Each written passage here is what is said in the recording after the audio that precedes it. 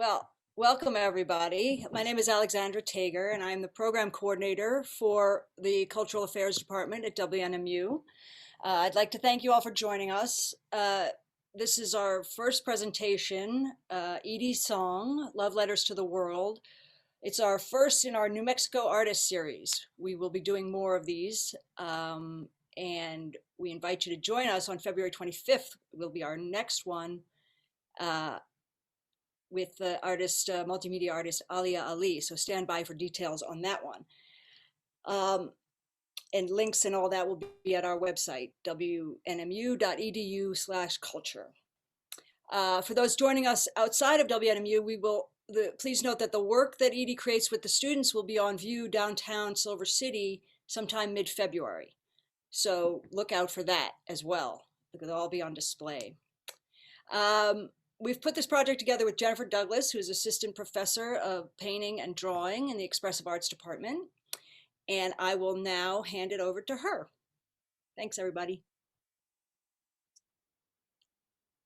Thanks, Alex. This has been quite the process of developing this artist workshop series, and I'm really excited about doing this project. One of the things that really inspired me for doing this on an interdisciplinary level like we're doing right now is just the fact that the pandemic came about last year, and the second the pandemic came, we all had to instantly go online and stop really communicating on a face-to-face level. And when you're teaching in the studio arts, especially, we really understand the problems that involve with this kind of situation. And so what I decided to do was I decided to go ahead and develop a series of workshops that are more idea-based than technical-based. And the reason why I thought about the idea, of just developing something that is idea-based is because as artists and as professors in art departments, we have to think about two things when we're working with students. One, of course, is technically of how a student can go from beginning to advance in the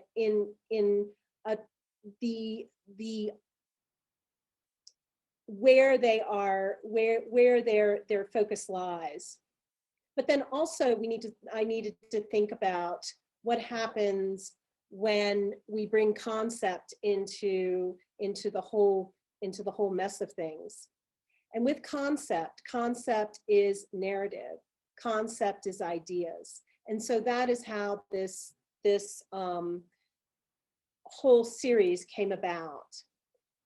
Now, the idea behind the series and the common theme is journey of a storyteller, notion of place. And I really feel as artists, we all wish for our narratives to engage with our audiences. In teaching studio arts during social distancing caused by the pandemic, I feel we have an opportunity to rethink and transform our ways of transferring information to our students, not just in the arts, but universally. And storytelling, or the creation of ideas through narrative, lie at the very core of this, as well as why we produce art. The telling of tales, the suggesting of narratives, and the unraveling of mysteries are fundamental to what unites us and helps start fresh and exciting new conversations. This workshop with Edie Tsong is the beginning of a fresh new conversation. Edie will take you to a place she knows best as an artist. She will allow you to have a bit of insight into how she thinks and works. And then she will guide students through a project that will become a public works piece in the heart of downtown Silver City. This working alongside a contemporary artist will help students understand and identify with the connective thinking across disciplines that is such a part of the creative process. This is also such a part of the philosophy of our school. Now, let me introduce you to Edie. Edie and I first met in Roswell at the 50th anniversary of the RARE, or Roswell Artists in Residence program. We spent a weekend together talking about so many things. Edie was also one of the first New Mexico artists that I contacted for this project, and she was so happy to collaborate. Her workshop series and subsequent public works piece is her interpretation of the journey of the storyteller notion of place. Edie's background as an artist is varied. She is an interdisciplinary artist and writer. Her projects explore personal history, belonging, and place, and take the form of conceptual portraits, socially engaged projects, writing, and radical bookmaking. Edie has exhibited internationally and lectured nationally. Her work has appeared at the Mattress Factory, Yerba Buena Center for the Arts, and 516 Arts, just to name a few places. She is the founding director of the Snow Poems Project. It is my great pleasure to introduce and turn over this workshop right now to Edie Tsong.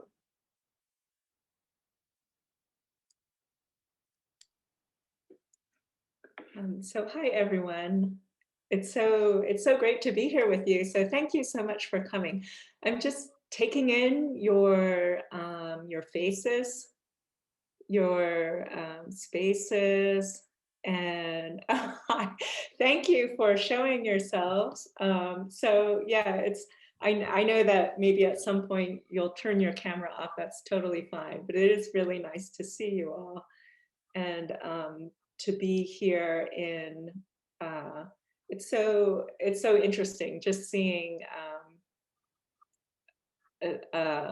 Who would have ever thought? Like, I remember watching Star Wars, and when Princess Leia got zoomed over, beamed over, and so this is essentially how we're communicating. And I know it's sometimes very frustrating and exhausting, but to me, it's never lost its magic. And I'll share what I've done. So I'm going to go ahead and share my screen and hope you don't see anything incriminating. And let's see how this all goes. And I think that, let me see. Okay. Wait, I see someone's trying to enter, but I think, Jennifer, you can admit people. My mouse has stopped working. But first I want to say I'm here in Santa Fe, New Mexico on Tewa land, unceded Tewa land. And the Tewa name for Santa Fe is Ogapoge. And so just to start with that land acknowledgement. And this talk today is called Practice is Prayer.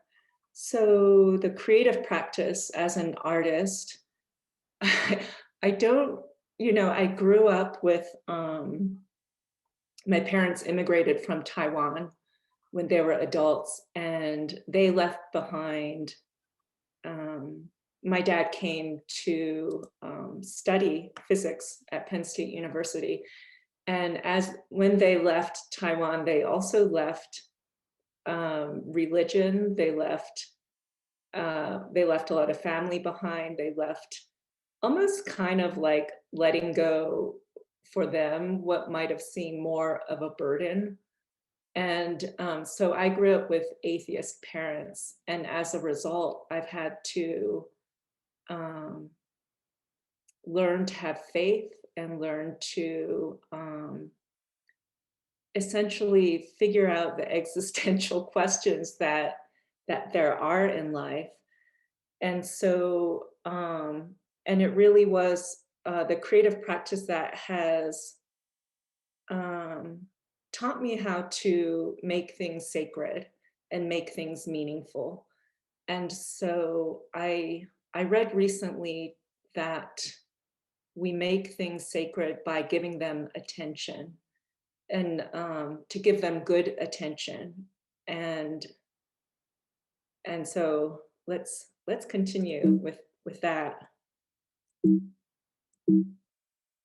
Okay, now, so why is this not? Oh, okay. So these are just some ideas I've always been thinking about: place, story, language, and identity. And this website here is where you can type in where you are, your town or your city, and it'll tell you who lived there before.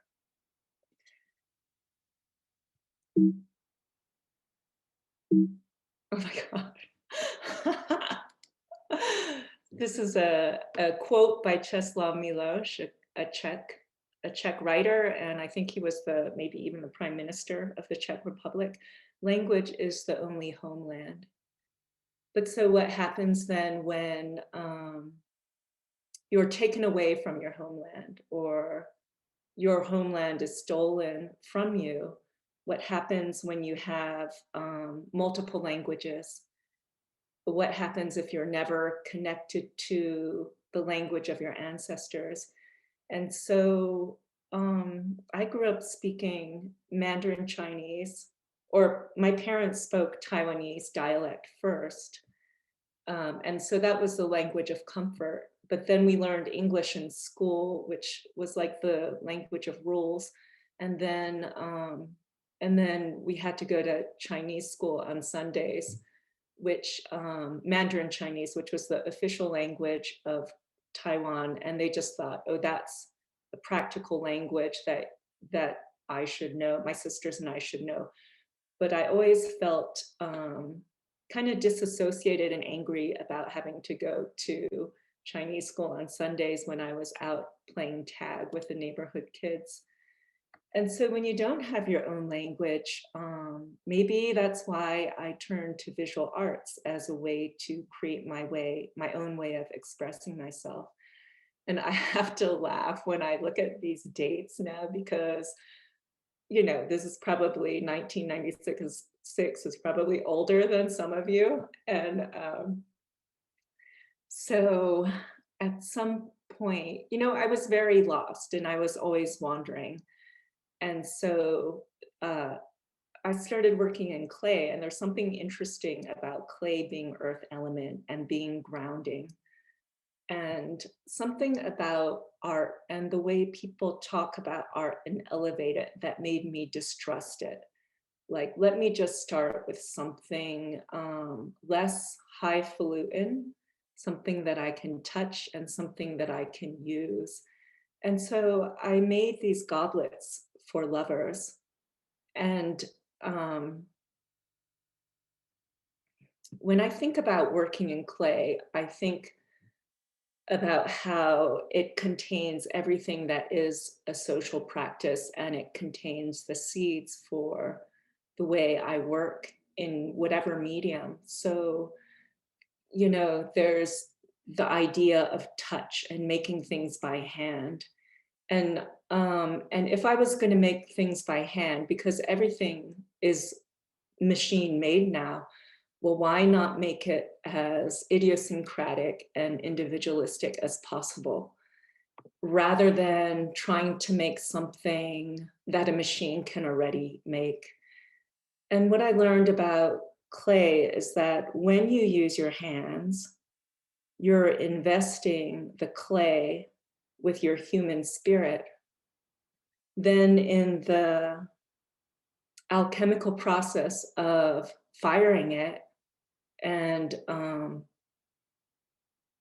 then using it, you get, you know, that human spirit, or that identity, or that element of being human is immortalized in the object. And I think, you know, it's so interesting, like the way we respond to different things. Like there might be a painting that you just see and it makes you weep, or there might be something that you've read, something that you know, the emotion gets translated into an object or an experience. And the other thing about utilitarian ceramics is that you're creating an experience for someone, like a sacred moment. And we all know how how sacred it is to get together face to face these days. I want to say also, right, like we're so used to just having objects that are made by machine, and you could buy a mug at, say, Walmart, and the maker or the maker, the mug doesn't care who you are. It cares only that you will spend a certain amount of money on an object. Like, everything is kind of guided by marketing, and I'm at a loss for words right now, but the amount of sales, amount of money it can generate, right? So what happens when we start to, and of course, I totally understand that at certain points in time, we need to take care in how we spend our money. But what if, when we're able to, we can orient to beauty, or orient to pleasure, or orient to curiosity? And so I had started an MFA in ceramics, and then I quickly started moving to different materials and just seeing how, what was around me. And there's something funny about art materials sometimes. Like, sometimes I go to the store, right, and look at art materials, and they feel like they're machine made, and then it's my job to invest the material with meaning, and that's a high order. And sometimes it's like facing a blank sheet of paper. Like, what do you do? How do you start? And so I started looking around me for using materials that were already invested with meaning, that meant something to me. And at the time, this is what, like, at the time I was in Baton Rouge, LSU, and whenever they dropped off the newspapers, they were tied with cotton string. And this cotton string reminded me of the bamboo dumplings that my mom made. And so I started to collect the string, not knowing what it would lead to. So there's this magical process that we kind of give into in the practice of making art, that we don't know what it will lead to. And I collected this string for 2 years, and I made that ball, and I didn't know what it was going to lead to, but at some point it did lead to this large installation, and this net. And it was so fun to see people come in and tug at the strings, and the net would balloon up like a jellyfish. And why did I make this? I can't really say. There was something, I was thinking about basketballs and how is there some kind of a shoot or a net where we just land here on Earth? I don't know. This is some of the other work. I want to say that there's a zillion projects that lead from one thing to another. And in the process, I don't always know what leads me to something, but looking back, I can start to see that thread. And so if you're thinking like, I never really know why I do something, you kind of just start to pay attention to what you're attracted to, what impulses you have, what motivates you. And in the background, those are just different drawings that I put up very casually. And then in the foreground, this is a soft sculpture that I made from felt that you would buy at Joann's Fabrics and polyfill. And my dad was always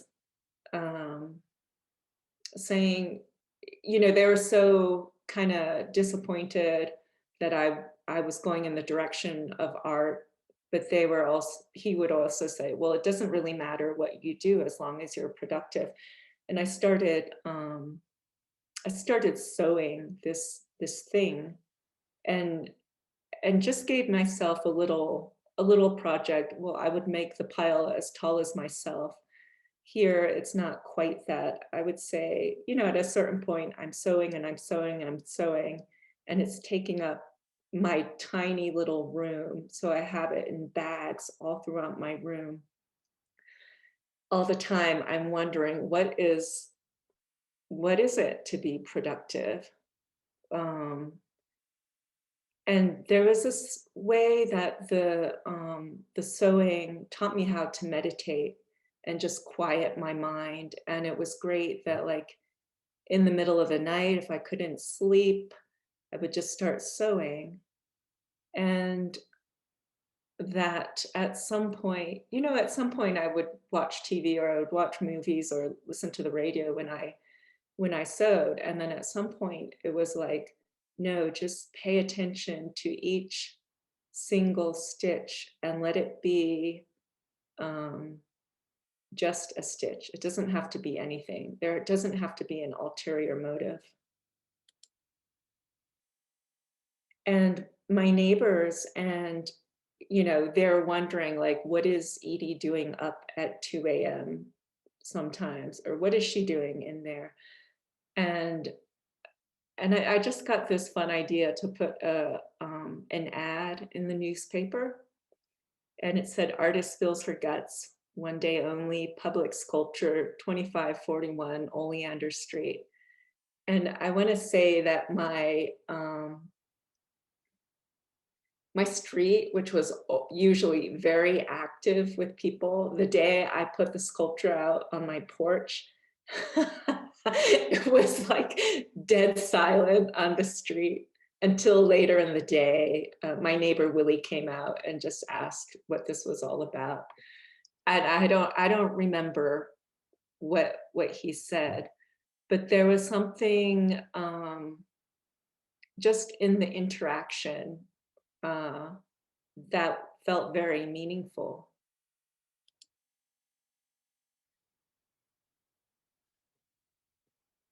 There's the question of who gets to make art. You know, it is really a privilege. There's the question of who gets to see art, who gets to show in museums, which, you know, until recently has mostly been white men. And even now, when people of color, Black, Indigenous people of color, are shown in exhibitions, it's often not just as an artist, but because it's a specific show around identity. And so how do we make art more democratic? And how do we make it belong to anybody? And maybe it doesn't have to look like art. Maybe it's really more about an experience that just touches you and reminds you that you're a human being. And so I made these endless dream polls with this statement, "I love you," kind of as a way to just make a connection with whoever it might be.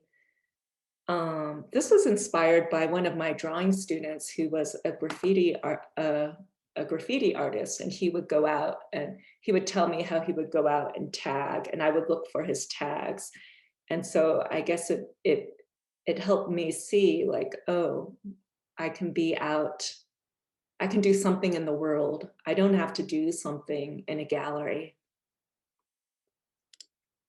And then it was so fascinating to see, right, for several years, I made these wherever I went, and so interesting to see how they would also degrade. And that sometimes I would go to a party and someone would have taken one of these and put it on their mirror. Or sometimes I would pass this and see people photographing themselves with this. This is before cameras had phones, so like it was with an actual camera, and then you had to take the film to somewhere to get developed. But it was so interesting to visualize the way something can be disseminated, the way it can work itself into, the way it can influence people or invite people to participate.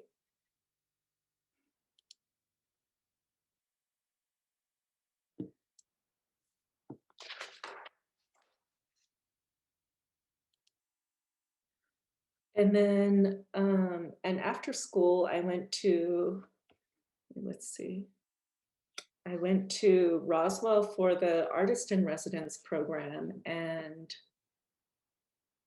was just thinking about how do I connect with these people in this completely different place where, you know, there's an art community, but then there's also people who don't know a lot about art, could care less about art. And the very first night I was in Roswell, I went to the grocery store and a man started following me around. And I did notice there were no other Asian people in Roswell the year I was there, which was 2001 to 2002. And this is something, you know, I've just kind of hated my whole life of people looking at me and staring at me because I was Asian, but also staring at me as if something was wrong with the way I was. And so I created this project where I would approach strangers and ask them if I could draw their portrait, and then they would draw mine and we would exchange drawings. That way there was an equal exchange. And that way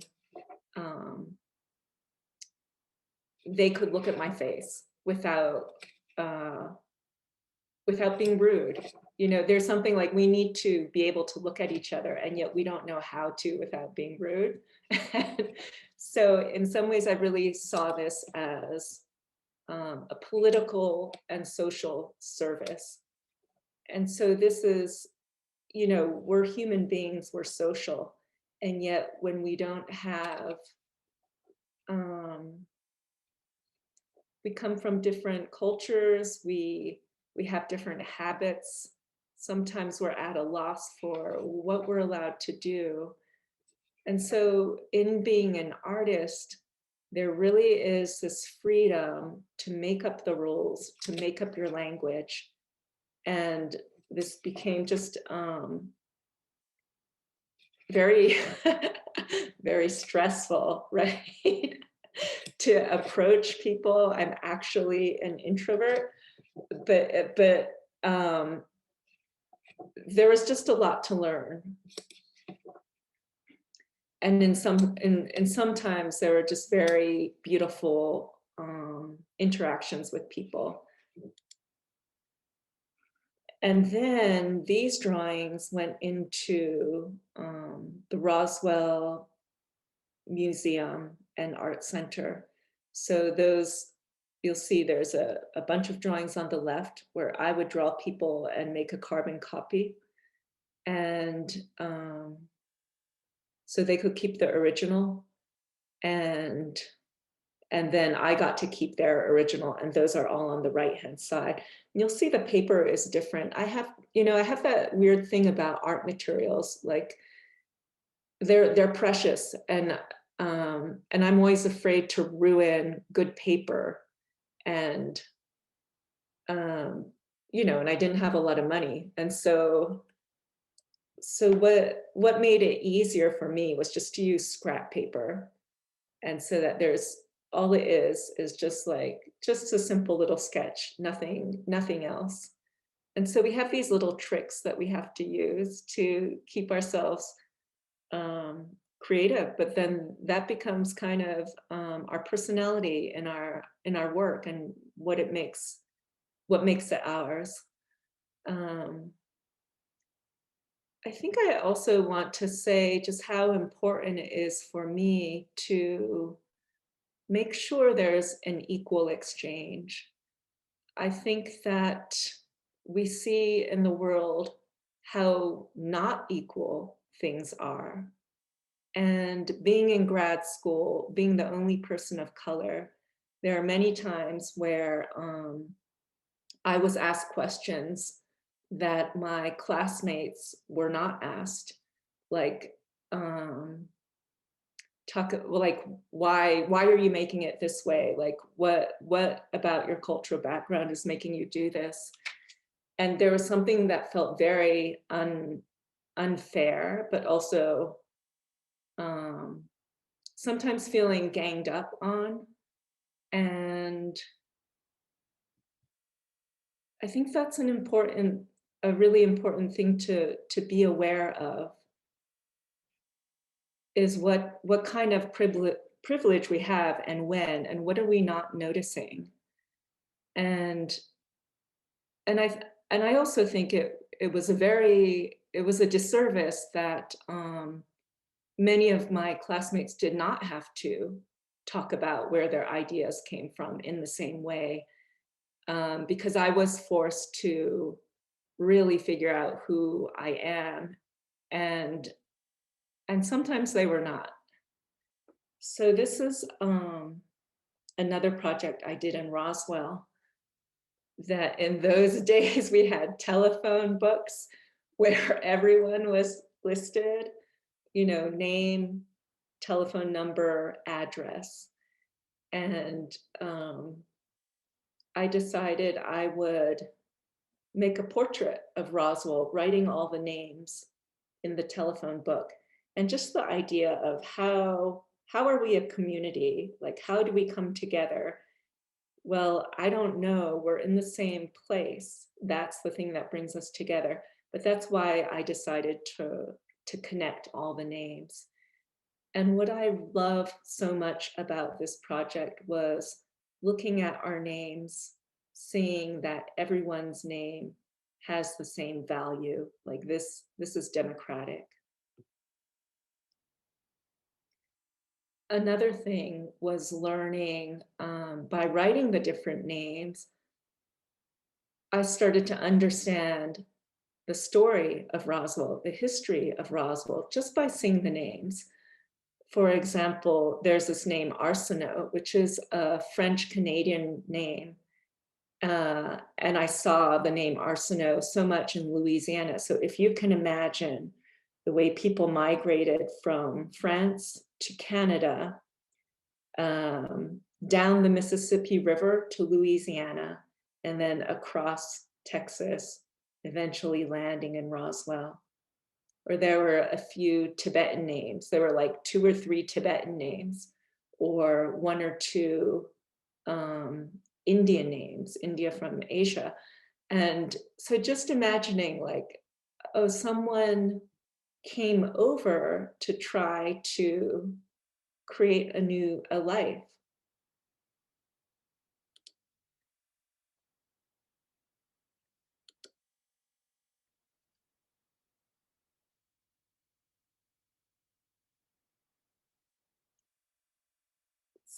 So sometimes I've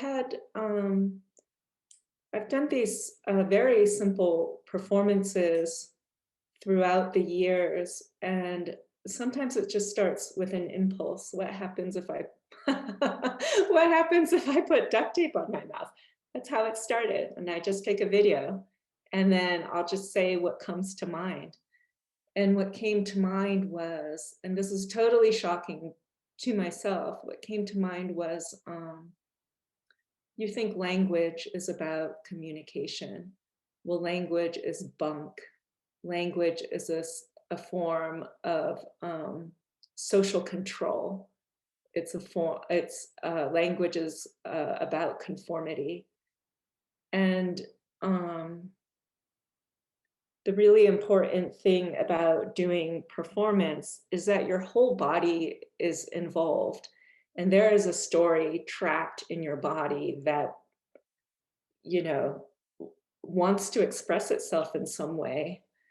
And every time I've done these very small performances, there can be things that I intellectually know. I intellectually know that I distrust language because the way I use it isn't the same way as a white man. A white man is going to get what they want, and I might say and do the same things and not get what I want. And so it's not about the language. It's something beyond the language. And then when you do a performance, you feel it in your body. You feel the emotions. And you learn something that maybe maybe you've had to file away so that you could survive fitting in, survive making it this far. I think we all have some stuff deep and hidden inside ourselves that comes out maybe when we practice art, maybe when we listen to music. You know, has there ever been a song that you just weep to? You know, it will draw out that emotion, that we don't have to have a logical understanding of something. Sometimes we can give ourselves to the art, and the art will help us heal from something we don't know is even hurting us. So here's another performance using the yellow stickers that are used for filing office folders. And in the video, you see these stickers start to cover my face until I'm kind of suffocated and I can't breathe. And then you see them disappear again. And you know, there was an instinct to do this, but of course, color coding, I'm being suffocated by being seen as one thing.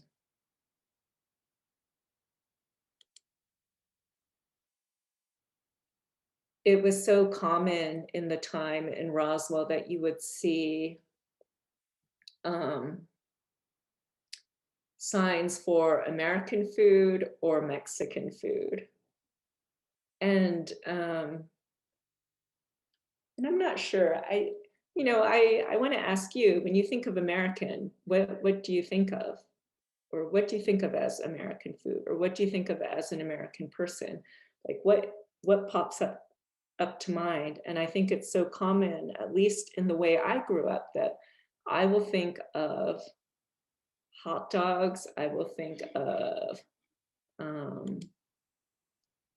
Miss America. I will think of not people of color, because that's what the media showed me when I was growing up. And so it was kind of this instinctive thing. Well, I'm going to be Miss America. I get to define what beauty is on my own terms. And so there is kind of a danger of representation and misrepresentation. You know, part of in my wanderings before I decided to become an artist was I lived in Asia, and I saw the way, you know, I grew up, of course, watching whatever was on TV, watching the Miss America pageant and everything. And then I went and lived in Asia for 4 years and saw all these movies and saw the way Americans were portrayed, and in this equally kind of bizarre simplification. And part of the reason why I do self-portraits is I don't want to take the chance of misrepresenting someone else, because I know what it feels like to be misrepresented myself. And so the only thing I know to be true is my own experience. And so and I just want to say, even today, you know, it's so rare, like in so many movies, mass marketed things on TV, the Asian character is not the protagonist. The Asian character is often weird, they're nerdy, and they're always the supporting character to someone else, someone who is not a person of color. unless it's specifically a show like Blackish or a show like Fresh Off the Boat.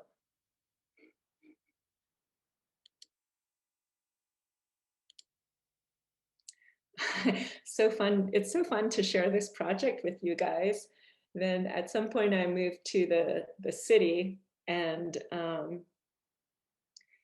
when I did the portraits with people, I thought that was so stressful. I don't think I'll ever do it again. But then we moved to the San Francisco Bay Area, and to see everyone on their phones, everyone video conferencing. Every time we went to a cafe, there were several people meeting online, like from online dating. And it's always been so curious to me, like, could we truly connect over the computer in this way? And so I created this project where I would sit at home, people would come in and they would, you could see how old that computer is, right? This is 2006. And that was like when they started first making cameras in the computers. But I would sit at home, and then I would call out to people in the gallery. And I want to tell you, it's so fun, the story behind all these projects. The first time I did this project, I was pregnant, and I thought, well, what can I do where I don't have to move around a lot and I can still not feel isolated? And so that's how I came to do this project, right? But anyway, I would call out to people, they would sit down, draw me. To the left of that computer machine, there's a fax. Next to the left of the computer, there's a fax machine. And I would take the drawing and fax it to the gallery so that the person sitting there with me could have the drawing I did of them. And then they would pin their drawing up on the wall. So you'll see all those portraits pinned up on the wall behind there. And so again, it was this equal exchange. And I did find that, as you probably have started to understand yourself, that there is all that same intimacy that you can feel in the presence of someone on the computer. There can be all that same tension and disconnect, but there really is that ability to be together. And there was the first, I've done this project multiple times now in different cities, and there was a time where the first time I did it was at Yerba Buena Center for the Arts in San Francisco, and people would come and they would look at the computer, and I would say, hi, do you want to sit down with me? And they would just walk around the computer like really distrustful, like they thought I was a computer program. And it took a lot of convincing for me to get someone to sit down.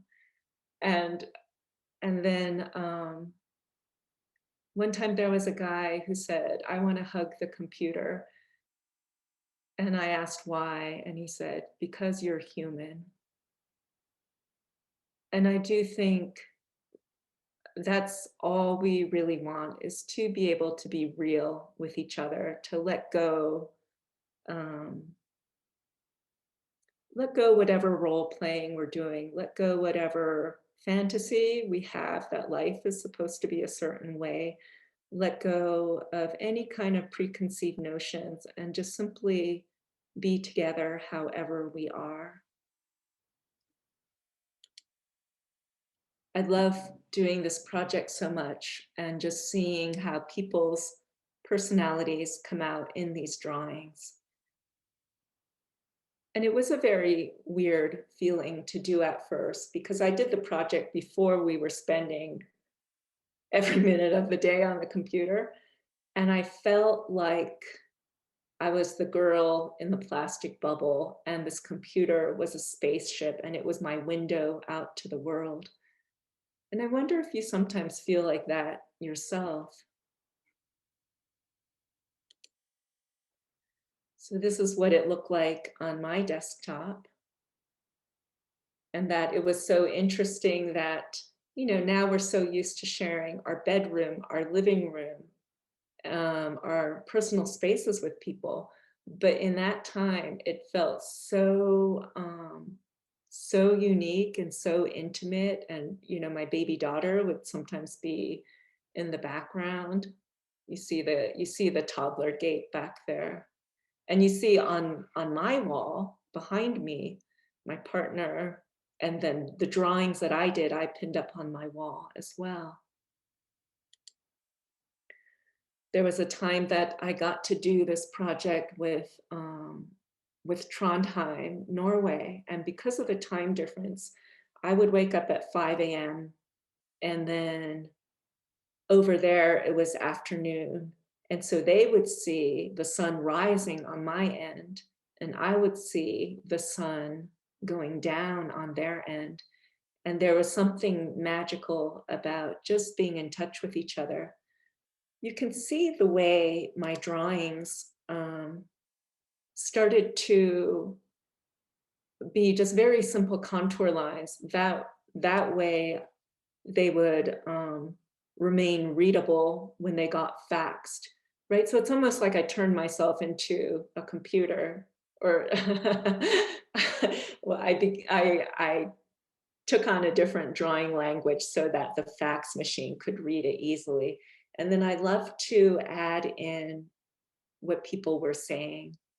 Sometimes we were completely quiet with each other. Sometimes there was a lot of nervous chatter. And you can see this guy in the top right-hand corner. He wouldn't stop talking, and I just thought, well, let me just, make that part of this portrait. So there's always a responding to who I'm working with, what's happening.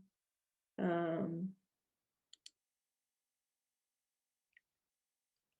am always writing and always drawing as well. I'm not always doing public projects. Public projects can start to feel like a lot of emails, a lot of phone calls, and not a lot of making, right? And the making, the connecting with people is magical, but there's a lot that goes into place to make it happen. And so I'm also just always drawing and writing. And I started this series called Lineage, based on family portraits, and thinking about how sometimes, like in the States, we're so used to being focused on ourselves. But I love being in Asia. I love the different communities that really are more connected to family. That was something I missed. I did not grow up with a lot of extended family around me, and kind of looking at the family as its own landscape and its own form of stability.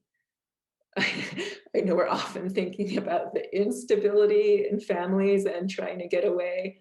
That I had that too, for sure. I'm older now, so now I have a better relationship with my family. But here's a drawing of myself, and these are very large drawings. Like this one is let's see, 38 inches by, like, over 3 feet by 4 feet. And then I just use, again, using just very common materials, the free pens that you get at the bank, and creating my own language. Well, I really don't speak Taiwanese or Mandarin anymore. Like, I can barely understand it, but just creating my own language, could I start to tell my own story or figure out my own history? And then, of course, in this modern family of mine. I did not stay with my daughter's father, and there he is with my daughter on the left, and on the right, my daughter and I have become like a four-legged creature.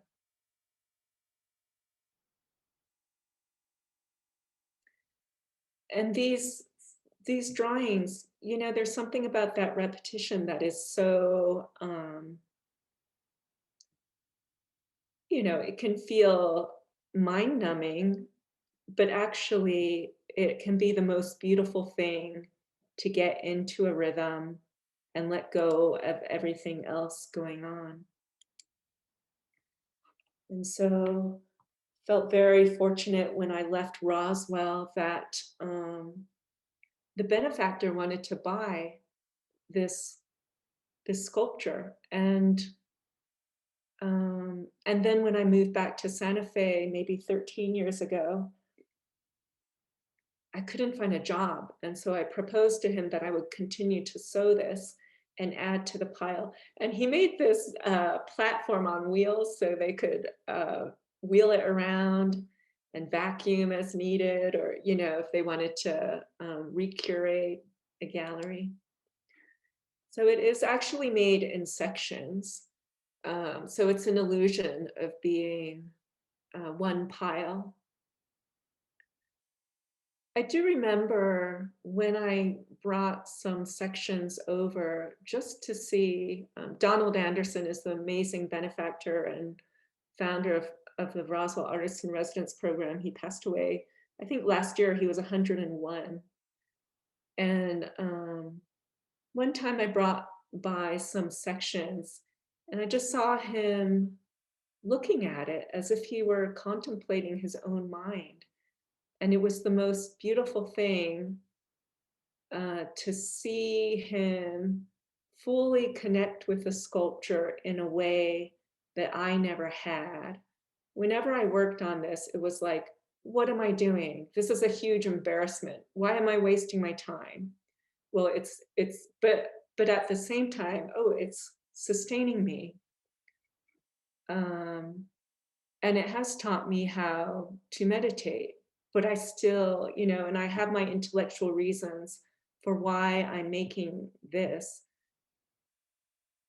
But the practice of art is not really always about the intellect. And I just kept going, and it was never as tall as I was. It still was never as tall as I was. So this is 10 years later already. You know, being a mother of a young daughter, I felt so isolated. I decided to create, and I moved to Santa Fe where I was kind of just connecting with a lot of moms at the park and things like that. And I decided to create a community of artists and writers. Essentially, I needed friends. I think our projects really come out of what we need. And I say that in total truth and honesty, and in the best way. We have to create the world we want to live in, right? It's not that the difficulties we have, it's not that we're deficient, it's that the world is deficient, and we have to create the situation in which we are comfortable and accepted and we feel a sense of belonging. And I think that that has to happen from within. It's not ever going to be handed to you. And so I did create this little by little. It wasn't like all in one go. It was a lot of interactions with people, a lot of creating a lot of different events. In the beginning, I started, I wanted to draw. I wanted to draw with people. So it started as a drawing group. But what they wanted to be social. And so it became very social. And that wasn't necessarily what I was comfortable with. But like, I like to work with people. And I did end up creating this large project. And there is this Oh, I put this in really mainly so I would remember what I wanted to say. There's crossing the boundary from personal to public. And there's a different kind of scale, there's a different kind of size, and how does work get shown? How does it get received? I lived in this tiny place with my daughter then, and the house next door was always under construction, and I wanted to figure out a way to just create some kind of screen. And so this was just tracing paper. And there's something funny that is really common to East Asian immigrants, maybe all Asian immigrants, I don't know. Like at the time that I was growing up, the show Wheel of Fortune was really popular. And I think it's because, you know, like my parents watched it every night. I think they're practicing their English and learning these idiomatic expressions. And so I think that's where I have this love for typography and Helvetica. If you ever see the movie Helvetica, it's so interesting. The way Helvetica was designed was to be the typeface of the people, to be modern and to be inclusive of everyone. And so we did this project called Snow Poems. I know we go from something small to something very big. I want to tell you, it didn't all happen at once. I was teaching at a high school. I did the project first with my high school, testing it out. And so we used that fake snow that you get at Hobby Lobby that people use for the holidays and do their windows. And we stenciled original poetry around the city. This was the largest one. It was so much fun. So there was an installation that went around the city, which was kind of the surface of what people saw, but included in this were free poetry workshops. There was open submissions from the website. If you look at the picture in the very middle, we were able to have a website at St. Francis Auditorium, which was this gorgeous arena. If you look at the bottom right-hand corner, there's my daughter again taking the workshop. She could barely keep up with the writing with everyone. And so at one point she was just, rather than writing what the assignment was, she would write the letter A 100 times. So she could feel like she was being a part of it. And so in this project, there was going around the city and seeing where would I like to see a poem? What is a beautiful window? And then talking to the owner and seeing, would you be willing to participate in this project? There was raising money for the project. So there was at Site Santa Fe, which is this really great contemporary art museum here. They did a grant that you could apply for. So, but we had to do fundraising as well. There was an opening reception to generate interest where different local poets, we all dressed in white and had a poetry reading. It was a fundraiser. Also, all of this I'm learning by the seat of my pants. And when I say like social practice, it is really a lot of conversations. And I would say 90% of the project is talking with people or emailing people. We had interns, high school interns, college interns. You'll see that very large poem I showed you, the first one on the left. It took scaffolding to put up. And I can't tell you how fun it was. Like everyone was just giggling and laughing. And there is also, know, it looked casually, like if you didn't know what was going on, you could look at it and it could feel like fairies had put these poems up at night. But there is a need to pay attention to craft and make things look so crisp and beautiful. Otherwise, you just notice how something is messy. And you end up getting a look that like, you don't know how it happened. There's that magic, right? But it's actually a lot of labor, a lot of care, a lot of attention. And every time, you know, we had like, of the bulk of the interns, maybe there were 5 who did most of the installation. And a poem like the one on the bottom left-hand corner, it might take 3 hours or 4 hours to install. And there's the care of lining up the letters. And, you know, that's a form of making something sacred. And then you'll see, we made a map so that people could drive around and see every single poem, and some people did that. These are some photographs that other people took of the poems and the way they changed the shadows and made you aware of the shadows. These are some of my favorite ones at night.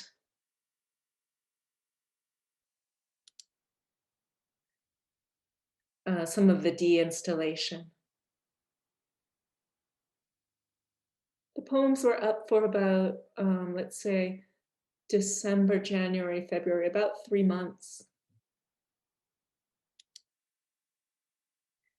We had a final event with walking tours. And then on the right, this woman is leading a snow poems choir. So we printed out all the different poems and you could choose from the different poems, and she would lead us in kind of chanting or singing and weaving in different people's voices.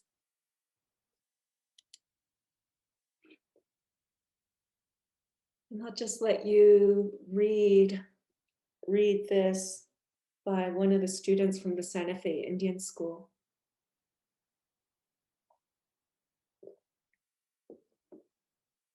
How's everyone doing? I realize it's like almost an hour. I probably have like 10 more minutes to share and just want to know what your energy level is. And I don't know if we're supposed to speak back, but you are amazing and enthralling and continue, and you connected with so many ways. But yeah, you can keep going. Okay, thank you. Thank you so much. Okay.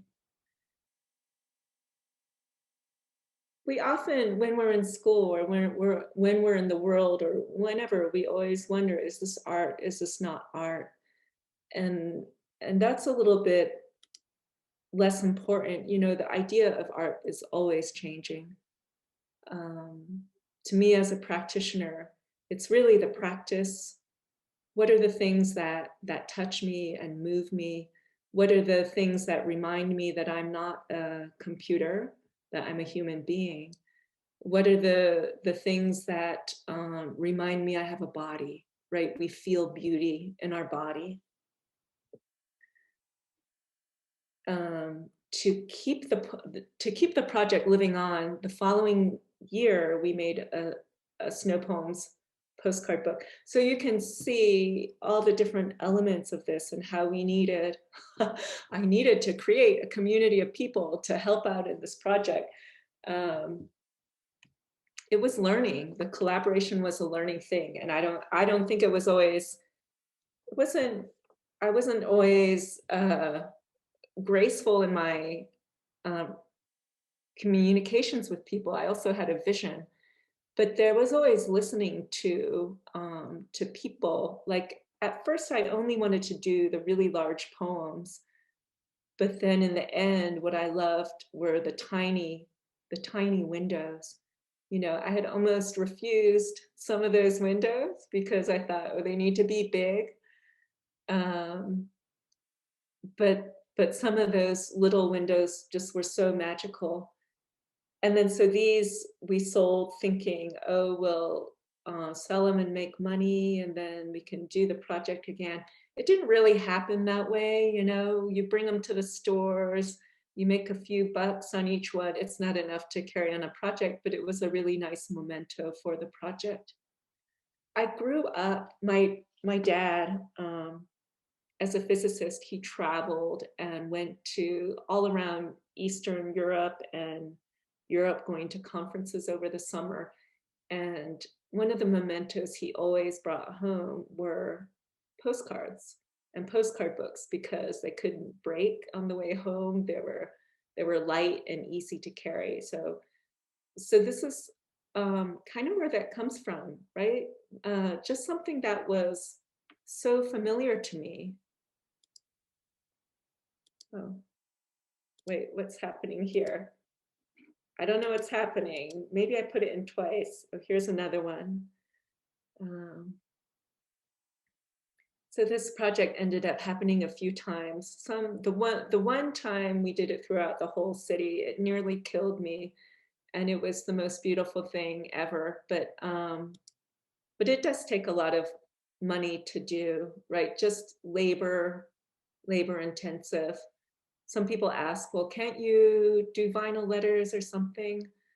Yeah, all of that is possible. Things can be worked out, but there was something about the handmade quality, again, the attention involved, that every time we were making them and then peeling the stencils away, I thought the interns would be so over it, but they would peel away the letters and there would be oohs and ahs, and that was so worth it.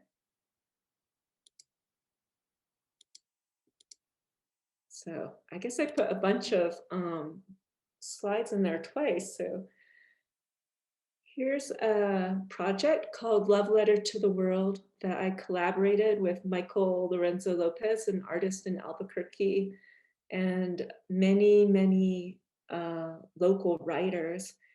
So this was a commission for an arts festival, which was really nice to do, because we made a proposal, we made a budget, and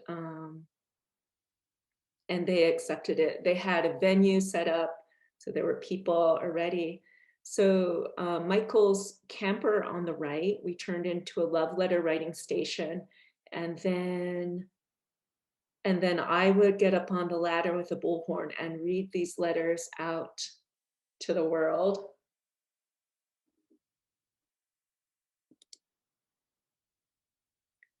So you can see these are, we use typewriters just to make it fun. And you can see those two girls having letters written. They could choose who they wanted a letter written for.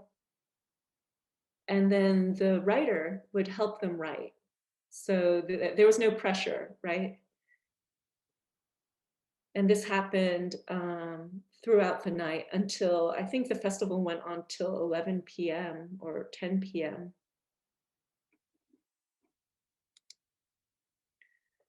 We put photograph sleeves on the outside of the camper so that we could display the letters.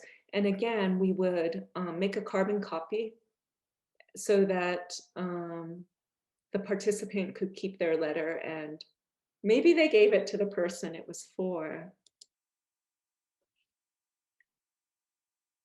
It was so fun to see people reading the letters. And even though I conceived of this project and knew it was good, I didn't know how it would affect people, and that kind of magic that happens in the process of sharing story.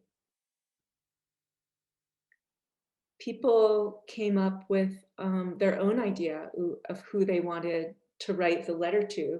Sometimes it was to their future self, or to their past self. Sometimes people wrote to their estranged parents, or parents wrote to their estranged kids. There was a woman writing to her friend who was about to have a double mastectomy.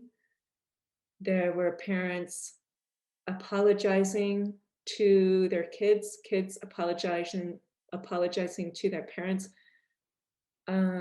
This was not prompted by us. We just simply, we simply said, you can choose who you want to write a letter to. And there was a man who came the first day, kind of hovered around, spent the whole day thinking, like, who would he write the letter to? Left, came back, then came back the next day and then wrote this beautiful letter to his estranged son. There were some people weeping when I read the letters. So it would be, we would write a bunch of letters. I would get up on the ladder every, I don't know, maybe every hour and read for about 20 minutes.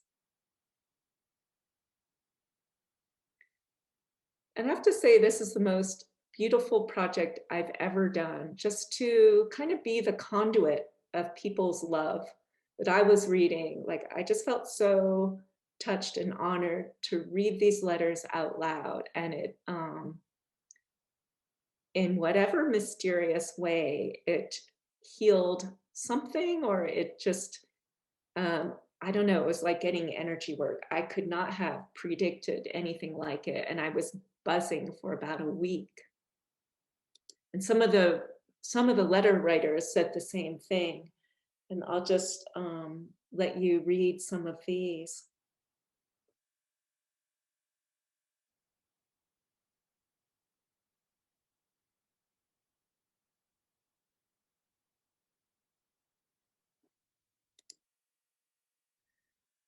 And so I have the idea. So in the workshop we're doing next week, you know, in Snow Poems, or in this love letter project, I've wondered, Snow Poems especially, I wondered, how could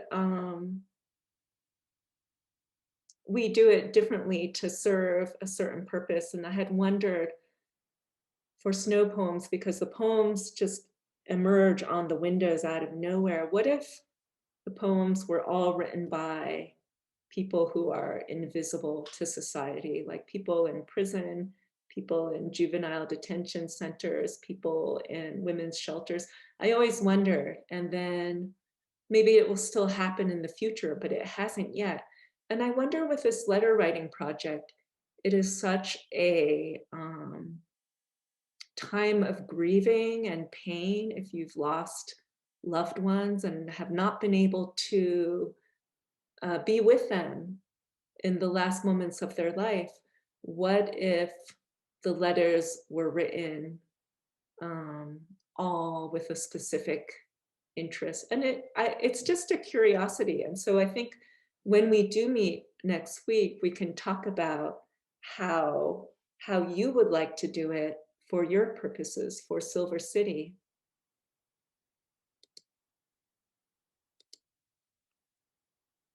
So 2 years ago, I then continued to, I continued to propose, could I do more of this? I kind of wanted to obscure the edge of the platform, which always bothered me. And so I proposed to make more. And to my shock, Donald Anderson said yes. I continued sewing, and then it was finally as tall as myself. And when I stood next to it, totally unexpected to me, it was like seeing a portrait of myself. You know, not my face, not my body, but my energy, that there was this continual hunger for trying to figure out who I was. And I saw this huge thing, like, wow, did I make this because I had to prove I was allowed to exist, that I had to make room for myself in this world where I feel so often not listened to and where I'm constantly being asked, not so much anymore because I don't leave the house and because the world is more diverse, but it still happens. People ask me where I'm from, or they ask me my nationality. And I know I'm an American, but they want to know what my ethnic background is. You know, this still happens. And so I saw this like, wow, I created this project to prove I can take up space, that I hadn't seen that. And the project had taught me so many other things, like how to sit with myself, how to meditate. And by meditate, I don't mean by being calm, but and emptying my mind. I mean, be willing to sit with myself, accept every part of myself. It also taught me just physical limits. Like, you know, you have to be able to relax through your body to keep sewing, or else you end up with carpal tunnel, right? Sometimes we're working, we get so focused, we're not paying attention to our body. So it taught me to pay attention to my body and take care of myself as I went. This, I'm almost near the end. There is something, right, about scale. You make something bigger and your body has a different relationship to it. And you make something small and it's very intimate. One time I was having this conversation with a student. This is recent, like maybe 2 years ago. And we were talking about race. And she said, this is the normal thing that happens when I'm in a situation with people who are not of color, and I'm the one person of color, is people want to show that they're allies, and that they're friendly and they're on my side. Even if they're not really on my side, they want to let me know they're on my side. And so this one woman was like, oh, when people find out my parents are from Taiwan, then everyone starts to say, oh, I had a girlfriend from Taiwan. Or this woman said, oh, I knew a girl in 3rd grade and she had those cute little Chinese eyes. And that comment just I felt it in my body as this contraction, like closing down,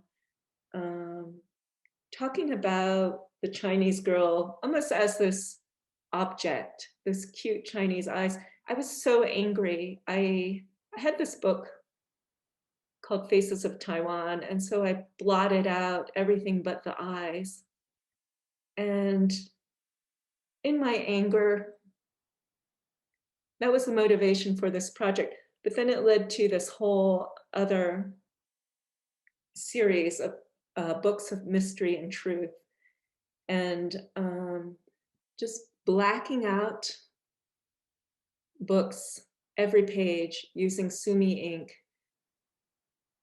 And I gave in to the beauty of the ink and just thinking how languages, just understanding how distrustful I was of languages, but also seeing how by blacking things out, it made room for other languages. Like, you know, scientists say the 6% of the world is visible, everything else is invisible. And when we learn about the stories that contribute to works of art or to music or literature, well, it's a person's life that contributes to what they're doing. And so by blacking out the language, it's almost like making room for those languages that are not represented. And it became this very beautiful project that I'm working on now. And every now and then there'll be a word that peeks through. You can see this book is upside down, but you see the word nobody, and that was just by chance. And it's been so interesting, right, where I felt I've always felt there was not room made for me. And so I created projects that could be inclusive, that could include everyone's voices. And now it's brought me to a place where the project I'm most excited about now is I'm writing a kind of memoir. I'm not sure what will happen, but that's what I'm doing. This is another project that I sometimes do. My daughter goes to her father's house every other week, so I'm alone, and that's when I can kind of really start to freak out. And so I try to kind of take care of myself. Well, if I were making a fancy setting for myself, what would it include? That it's so easy, right, that we stand in the kitchen and we shove food in our mouths when we're busy. But there is a practice of giving yourself attention. And in doing that, there's just an enjoyment of living. Like, I often forget to, oh, cooking, it's really easy. I have time to cook myself a meal. I often forget that. And then this led to this performance on Thanksgiving in 2008.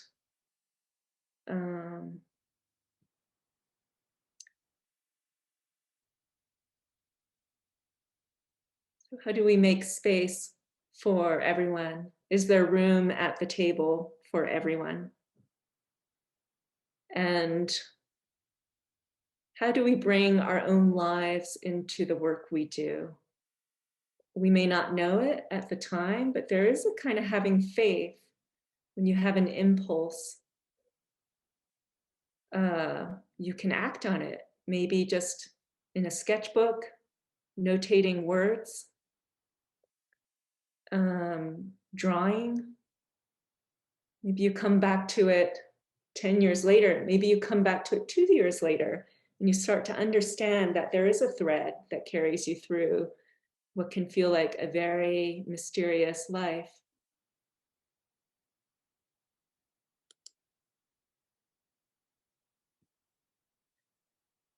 Oh, I guess, why did I put this in? I guess just so I could remember what I wanted to say, right? We often think of how do we be more inclusive? And we think, oh, well, then you read a book by an African American. Yeah, that's one way. There's learning about Asian American history. Yeah, that's one way. But there is, when you are face to face with someone, there's just simply listening. There's listening to yourself, listening to the people around you, listening or responding to the environment. There's giving attention to what matters. And we are so often disconnected from the land where our ancestors grew up. But there's holding space for ourselves and for where we do live now, holding space for what came before us, and holding space for that which we may not understand. And I think that's the biggest thing in this conversation about diversity. We often come across people with experiences we don't understand.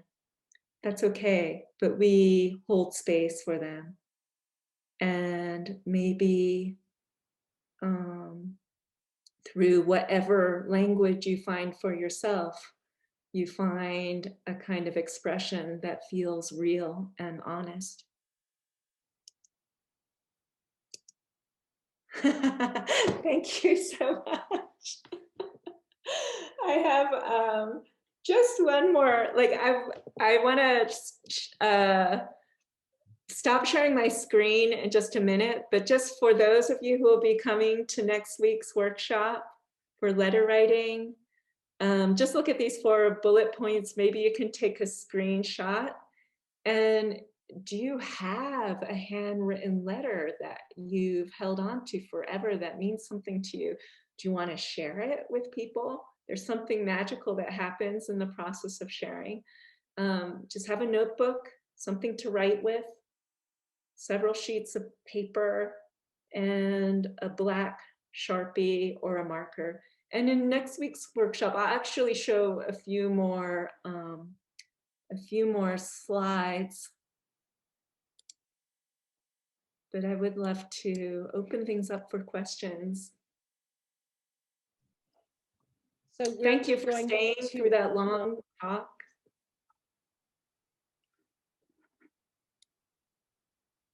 I'm sorry, Edie. If you guys have questions, go ahead and raise your hand. You can do that by going down to the bottom, scroll down, and you'll see all of the actions that you can do. And so the one on the right, reactions, you can go to that, and that should let you guys raise your hand if you have questions. Also, the chat, I'm seeing it's really wonderful. You guys have been discussing it as well as just ideas. Edie, go ahead and look at the chat too. There's some really wonderful things happening. Thanks. I couldn't see the chat while I was sharing my screen, but I'm gonna have to say this and save it and then read it as well. Yeah, so bear with us. Okay, yeah, Yen. So what we're gonna do is I'll go ahead and call on you, and then you just unmute yourself and. Okay. Sorry, I have a couple of questions. First of all, my name is Yen. I am also an immigrant from Taiwan. Hello. I was very excited to find out. I was like, oh, I know exactly what you're talking about. But my first question actually was about the moment when you solidified your feeling of like identity and self. And I think you kind of talked about that when you finished that sewn piece. Um, I guess my question kind of changed at that point. Like, is your identity grounded in your ethnicity, or is it something different? Like, did that moment take you to something a little beyond just, you know, your citizenship or something like that? Let me think. First of all, I think no, my identity is not grounded in ethnicity, or well, I didn't think it was, right? I think you grow up thinking you're a person and you want to be in the world. You want to play basketball, or you want to swim or sing or go to the movies with your friends. But I think it was because I grew up in central Pennsylvania, around mainly Caucasian people. I think it was demanded of me at every moment. And being older now and looking back at my childhood, there are so many moments where like, let's say that here's one story. Like when I was in, I don't know, third grade, second grade, just very innocently with my friends, they were saying, are you Chinese or are you American? And I said, you know, knowing that I was born in the States, I was rightfully American. And so I said, I'm American. And they said, yeah, but you look different. I'm like, well, okay, my parents are from Taiwan. And they're like, we don't know what Taiwan is. And I'm like, well, it's this little island, blah, blah, blah. And but at the time, the political, like the United States politically recognized Taiwan as the Republic of China. And so, but I knew my parents defined strongly as Taiwanese, not as Chinese. And so, so they would not accept me as being Taiwanese American, like because they're like Taiwan belongs to China. And there's and then I went home and I asked my dad, are you Taiwanese or Chinese? And he was like, I'm Taiwanese. And I'm like, well, I explained this whole thing. And I'm like, yeah, but I'm not Chinese. He knew who he was because he did. And so, but I grew up having it questioned every, and that is the most obvious example So, I mean, no one wants to grow up to have to talk about race. You just want to be a person. Mhm. But I think you find that the world demands something else from you. And Right. you have to either find your way with that or shut down and live in a fantasy. And it's not, you know, the world might demand something that you don't want, but I don't know. I think we're all here for different reasons, and we're all here in different times. Yeah, really quickly, I also had, I grew up having conversations where like people were like, "Oh, where are you from?" And I'd be like, "Oh, yeah, I was born in Taiwan, but I grew up here." And they'd be like, "So you're not really Taiwanese?" Or, they'd be like, "You're actually American." And I'm like, Why do you think that I'm like striving to be American or something like that?" Um, but I also had another quick question. I'm sorry, I'll be fast. So you mentioned a lot that you have like this distrust of language, and I also thought that, that might also be related to, the way that people use it rather than language itself as like a social tool. But I was wondering how that affected a lot of the exhibitions you had that were grounded in language, like the snow poems and the love letters to the world. Yeah, thank you for just pointing out that, yeah, there's not a fault of language, really. It is the fault, we're social beings, and it's the fault of how language is used, right? Like we like to blame technology on certain things, but it's really the way we use technology. When I started these projects to create space for other people to have their own voice, I guess I wasn't really thinking about language so much. Mhm. And maybe that project um, taught me to understand language in a different way, right? The language of poetry is much different than the language of going to work and doing what you're supposed to do, right? So I think that, I mean, what was really funny about that project then was everyone started referring to me as a poet, and I was like, I'm not a poet, but now I am writing. So I think the project helped re-enchant me with language. Thank you. Okay, thank you so much. Thank you. I want to also wait just really quickly before the next question to something that you said, Yen, right? Uh-huh. Because sometimes we're interacting with people and we say who we are, and the other person tells us, no, we're not that. I mean, that is just rude, right? We Yeah. get to self-determine. Uh-huh. And unfortunately, sometimes we have to fight for that. And it's not a fight that we think we deserve, but it Yeah. is a reality. We have to fight for who we are. And I did really recently understand that the reason why um, I do art and the reason why I write is to make space for myself. Okay, next. Thank you. Griselda, you have your hand up. Go ahead. Thank you.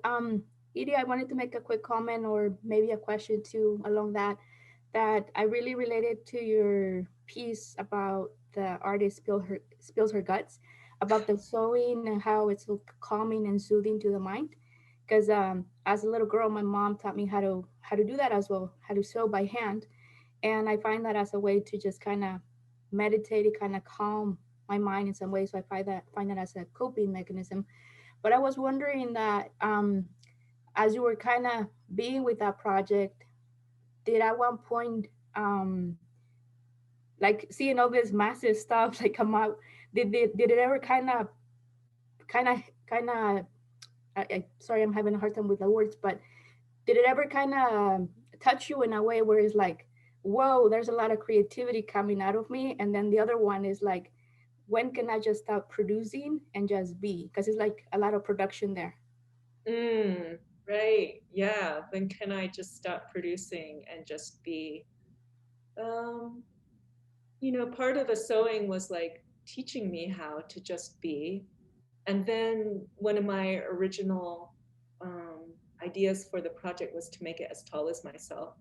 So I kept, there were times where I thought, oh, I'm finished with this if it's not as tall if it's not as tall as I am, well, so what?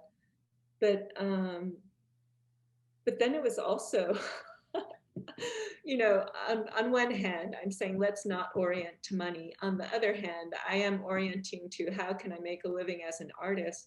So when I proposed to make more, I guess it was really, it did snag on me that the way that platform, it just didn't, it looked like a plate of spaghetti, right? So it was like, okay, this is representing me in the world. It's in the museum. People see it. I want to make it the way it looks and feels good to me. And then so it really was in that very last photograph when I looked at it and saw it as myself. There was even that kind of acceptance, like that I am this weird, out of control thing sometimes. I am this weird pile of stuff that it's not always easy to deal with. But I did see it as myself, and then it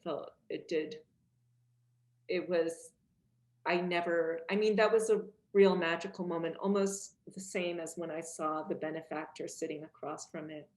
But I did see it as a self-portrait, and just, I was no longer embarrassed about doing that.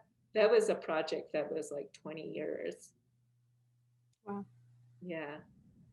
I wonder, Griselda, for you, like maybe you'll do your crocheting or knitting at some point. Maybe that will become some kind of project. I don't know. Yeah, well, one thing I noticed for myself as an artist, and I don't do it as a living, but it's more for kind of like my own growth in a way, or healing. I noticed that there's a lot of productivity, and sometimes I don't know what to do with the stuff. So I don't want to make for the sake of creating, but then I also want to honor the process because I find it therapeutic and healing. So sometimes I'll create for the sake of creating, but then sometimes I'm like, if I were to keep on creating, my room would be like, there wouldn't be room, because I know that there is this creative flow that keeps coming, and I'm very grateful for that. But yeah, just noticing how that in itself is like, there is this force that keeps on coming and producing, but I don't know what to do with it sometimes. So it's just interesting to be with that and accept it, that is part of me.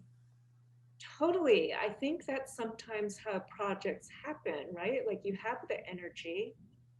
Do you want to keep it going? Maybe you don't know what it's for. Maybe you end up doing 20 years worth of it, and then it becomes an installation, or it becomes something that you give away. I don't know. I think we give ourselves permission to do things that are useless.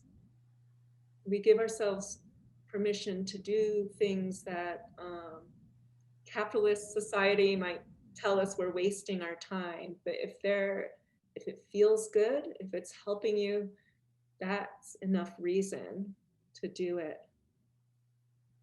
Yeah, I agree. Thank you so much. I will allow someone else to go. Thank you. Yeah, thank you, Griselda. Okay, Wyatt had his hand up. Go ahead, Wyatt. You, for starters, are amazing. You're just, I love when the art is so expressive, and some of it is so simple and just clean, but it's just, I don't know. I love that you said you love equal exchange with it, and you give back so much in your art, and it's beautiful. So, but my question was, I want you to elaborate on language as social control, just that statement, and maybe, hearing all of what you've said, and kind of feeling the only one isolated in it, and just if you could elaborate on just language as social control, because you're just the thought behind that, or what, the feelings and whatever led you to that statement. Okay, yeah, right. That's a shocker. Language is a form of social control. That was a feeling I had, and like Yen pointed out that it's the way language is used. But I think that I remember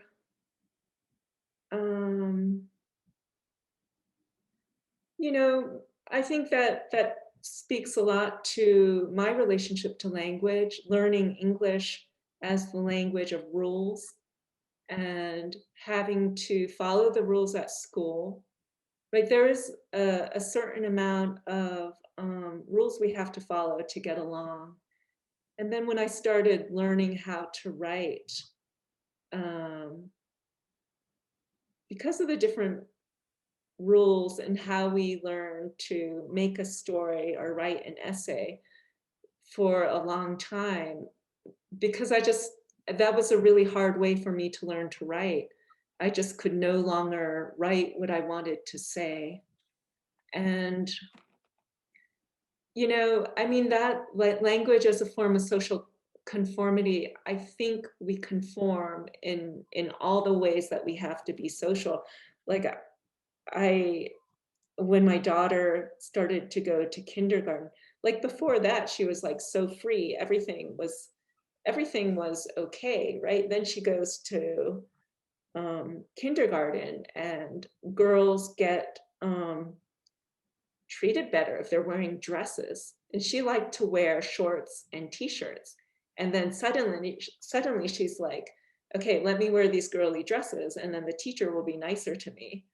Right, so there are these social mores that are very controlling, and they support like these outdated ideas. And even now, like when people write, um, if you've taken writing workshops and things like that, like if you use a language, or if you write about something that might be in your own culture and is not in the teacher's culture, or this kind of main understood white mainstream culture, you're asked to explain it as if you're only writing for white people. There is an assumed audience to art that is assumed to be white. And I don't know if I can explain it very well, but I think we're all coming to face to face with it a little bit more. Oh, That might not have been a very good explanation or answer, but no, that bad, but a very, I understand exactly what you're saying, though. I know the feeling of the isolation. I speak English, but they don't, maybe I may have grew up speaking English when I was a kid. I guess I spoke, a little broken French Creole or whatever, due to family stuff, but I mean, never in a social setting, since I've been in school ever, speaking English. But then even as a language, there's part of culture and your perspective in life, and just black male, but I'm a light-skinned black male from the Seattle area. I mean, just so again, the language, even though it seems there's times it falls short, even in connection. And so I've made a couple art pieces myself that express kind of that just the limit of even language, even though it's what we use to connect with each other. So I again want to compliment you on your art. Some of the things you said in it without any words at all, how you bridge that gap of, being able to just, I love being the Miss America one. I'm over here taking notes, like it was just, I can't even get out all the questions, all the stuff I want to be able to say to you. So you really pushed boundaries, really pushed really hard lines very subtly, and they just speak out loud, a lot of them. It was pretty amazing. thank you. Thank you so much. Maybe because I felt language to be a form of social conformity, I was willing to write all the names together. It's almost like you take it out of its language form and turn it into DNA, where there's no chance for the language to have any kind of hierarchy. So then it's so interesting, right? But then I created another project that re-enchanted me with language. And I'm in that place now, this re-enchantment. And so, yeah, thank you for your question. Thanks for sharing.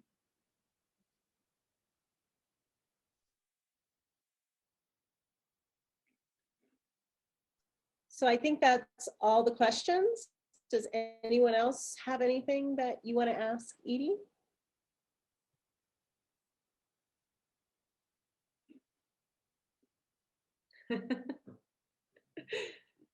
I really want to know, like, and was it just that it just come about with the art, you know, you make stuff, but like you felt maybe didn't fit in, so you needed, you know, wanted the space for other people to be able to share and connect, like just the, I don't know, just the processes of all. Was it I'm pretty calculated. I think I am, you know what I'm saying, at times inside my artwork, but at the same time, some of the best of it came out of just some raw expression. So I'm just wondering, was the thought processes, and I'm looking at you sitting on the ladder and you're sharing these intimate things, and I see things visually, you know, a lot, you know, really the big picture of it. You're up there making this distance. Yen had commented, you know, you know, amazing that you're sharing such, you know, vulnerable things in public like that. And I was like, but there's that distance, maybe there's a safety in that actual distance. I don't know these folks per se.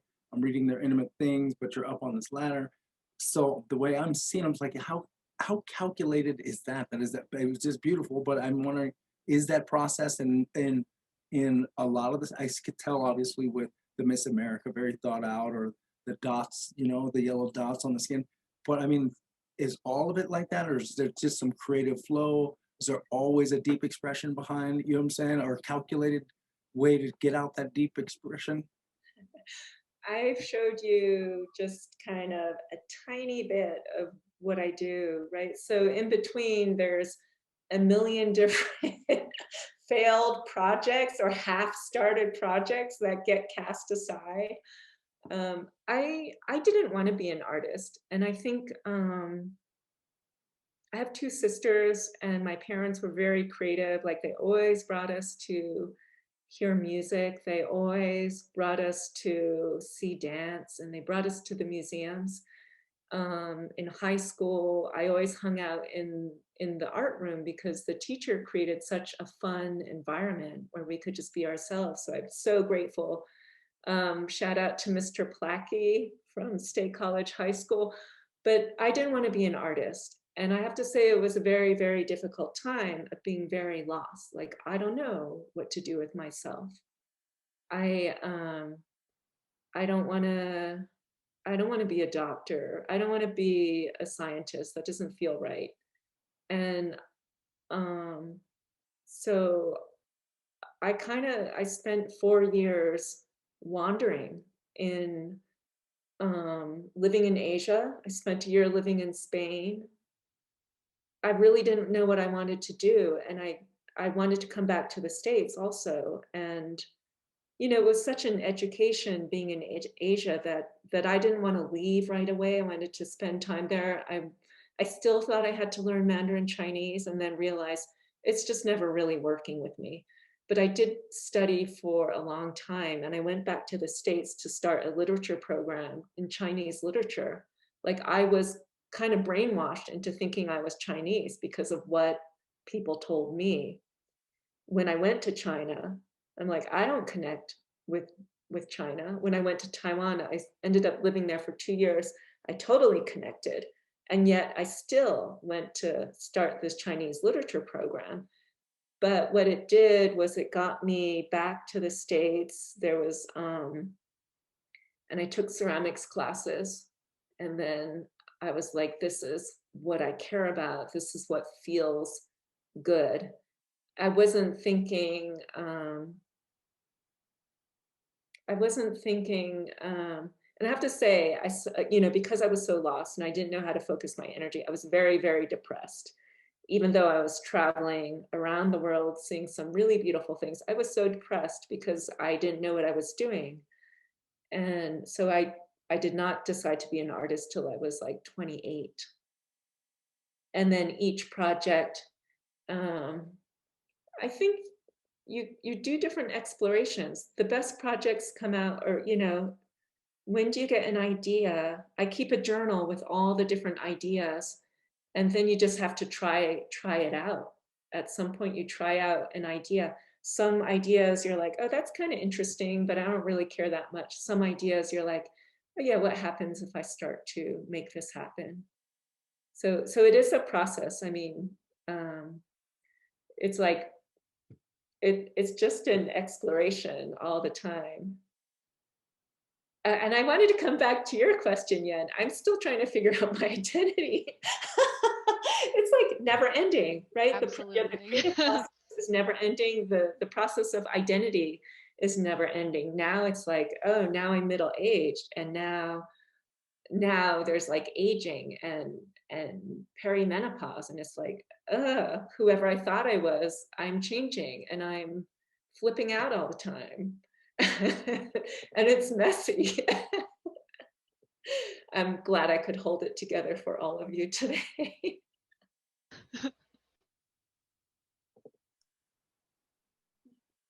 Thanks so much, Edie. man, yeah. This has been delightful. One of the things that I do want to say in all of this is that I'm so happy and excited how many of you guys decided to participate. Thank you so much. I mean, when I first went to Edie, remember that conversation we had, Edie, right, on the phone?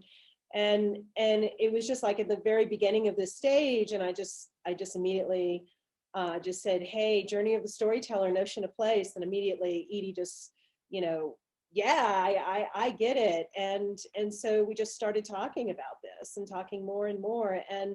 And I cannot wait for next week. I cannot wait to see the public works.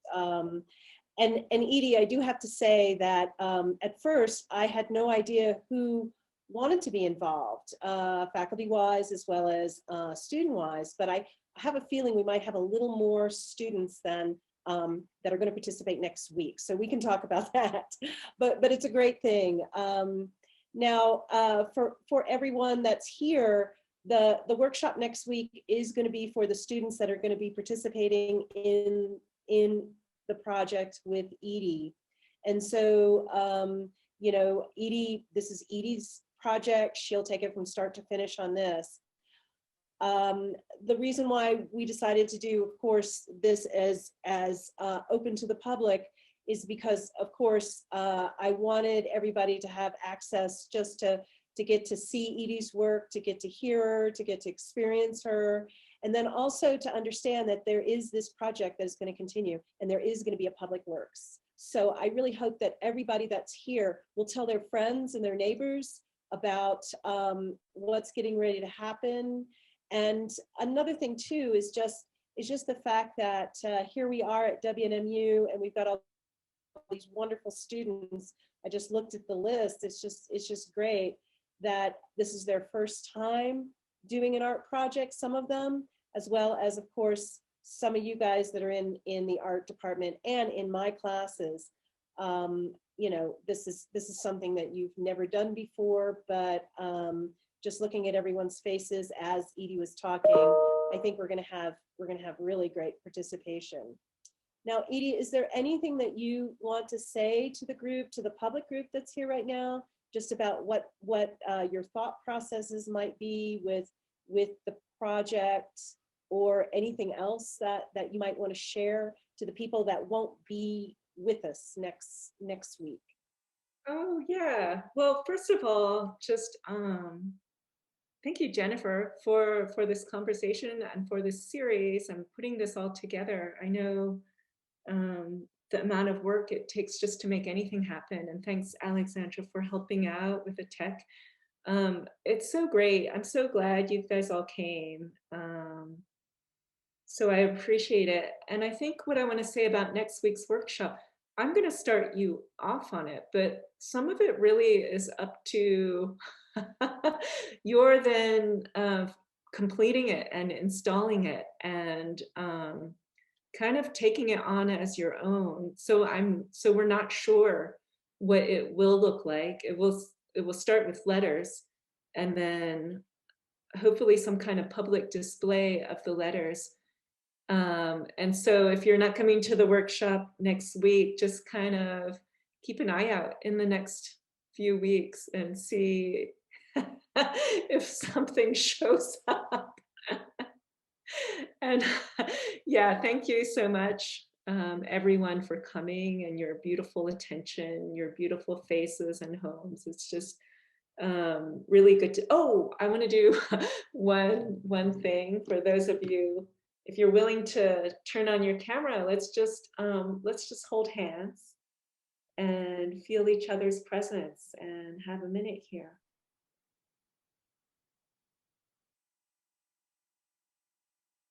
Thank you to those of you who are turning your cameras on, and just feel that we are together in this very futuristic way, which is really just the present now. And thank you so much. And I'll see some of you next week.